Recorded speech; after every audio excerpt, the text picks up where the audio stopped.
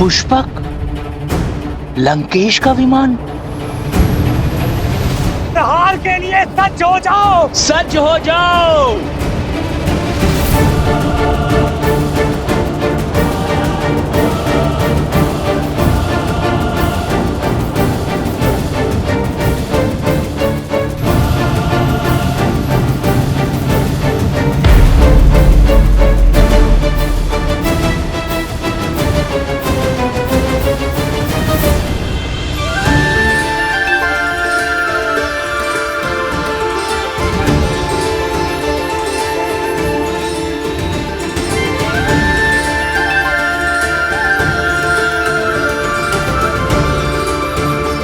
एक वनवासी का जीवन जीकर पिताश्री का वचन निभाएंगे।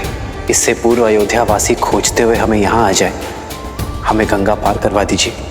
श्री रामचंद्र कृपालु भजु मन हरण भव भय दारुणम नव कंज लोचन कंज मुख कर कंज पद कंजारुणम कंदर्प गणित अमित छवि नव नील नीरज सुंदर। प्रभु आप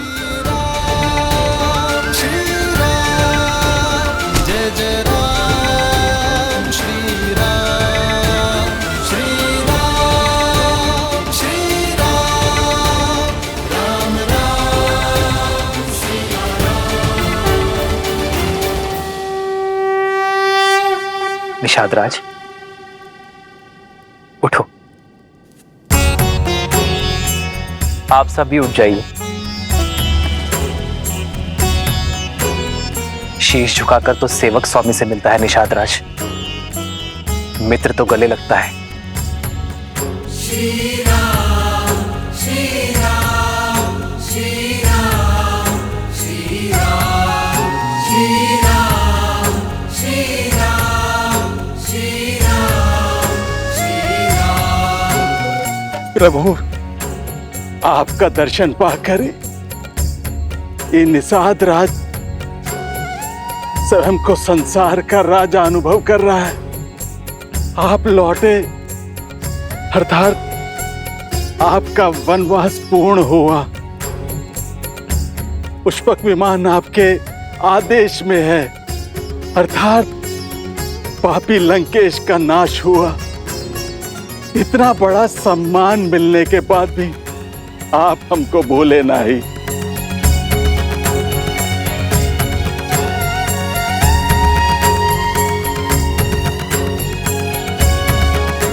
कुछ देना ही चाहते हैं तो पुनः दर्शन देने का आश्वासन देके जाइए।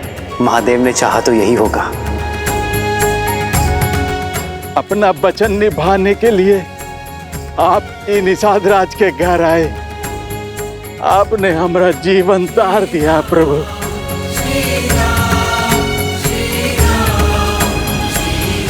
कैसे ना आता निषाद राज। रघुकुल रीत सदा चली आई, प्राण जाए पर वचन ना जाए। आप ही के कारण तो हम नदी पार कर पाए थे।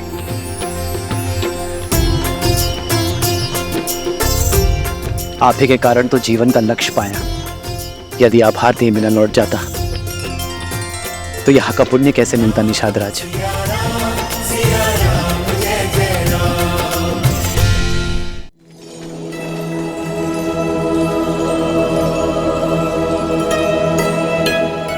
प्रभु हमें वन के तुच्छवासी जैसन हमरा भोग वैसन हमरा आतिथ्य आप ही को ग्रहण करके प्रसाद बना दीजिए। आपके सम्मान सा भोग बनाने का हमरा सीमा नहीं है, किंतु हमरे हृदय में आपके प्रति असीम प्रेम है। प्रभु स्वीकार करें। प्रेम से बड़ा ना कोई भोग है और स्नेह से बड़ा ना ही कोई उपहार। ये हृदय से दिए हुए फलों को मैं हृदय से स्वीकारता हूं। लाइए। पुनि कृपाल लियो बोली केवटा दीनहि भूषण बसन प्रसादा।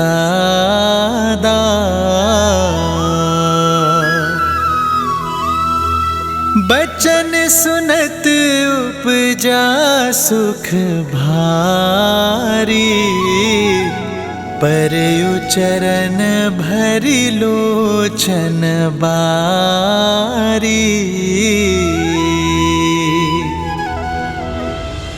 आपके साथ और सहायता के लिए कोटि कोटि धन्यवाद। जो हाथ संकट में बड़ा वो सुख में भी साथ रहना चाहिए। इसलिए श्री राम के राज्य अभिषेक का पहला निमंत्रण स्वीकार करें। प्रभु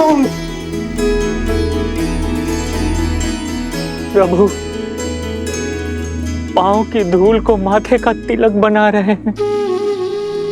हम जैसे तुच्छ को अपने राज्याभिषेक में अतिथि बना रहे हैं। आपके समान कोई नहीं, कोई नहीं प्रभु, कोई नहीं।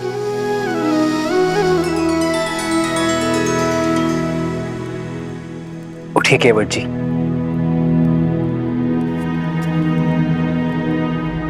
जब सूर्य का प्रकाश राजा और रंक में भेद नहीं करता, जब चंद्रमा की शीतलता उच्च नीच में अंतर नहीं करती, जब प्रकृति का कोई भी अंग समानता की परिभाषा को भंग नहीं करता,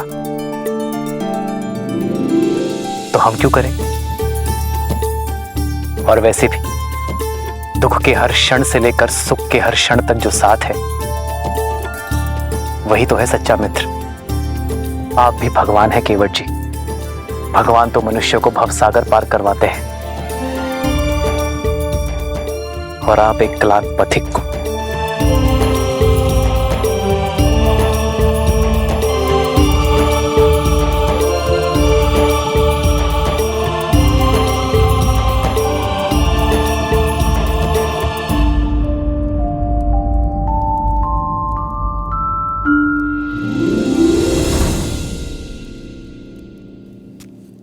भैया, अब हमें प्रस्थान करना चाहिए।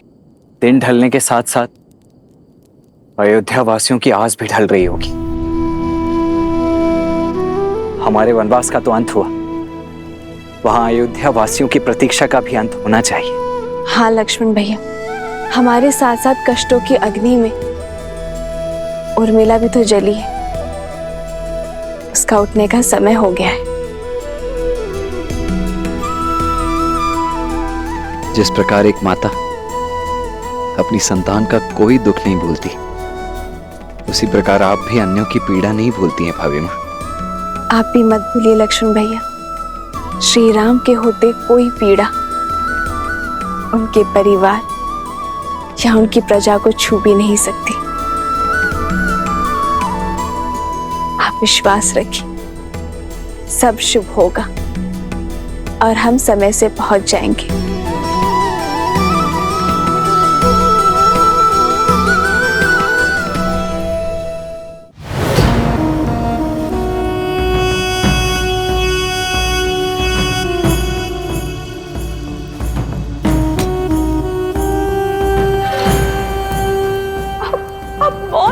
भैया, क्या आपको मेरे शब्द सुनाई नहीं दे रहे या समझ में नहीं आ रहे? अपनी जाति परिवार की इतनी बड़ी हानि जानकर भी यूं ही निश्चल रहोगे, जिसने राक्षसों के सिर से रावण रूपी छाव छीनी है, जिसने असुरों के हाथों से लंकेश रूपी ढाल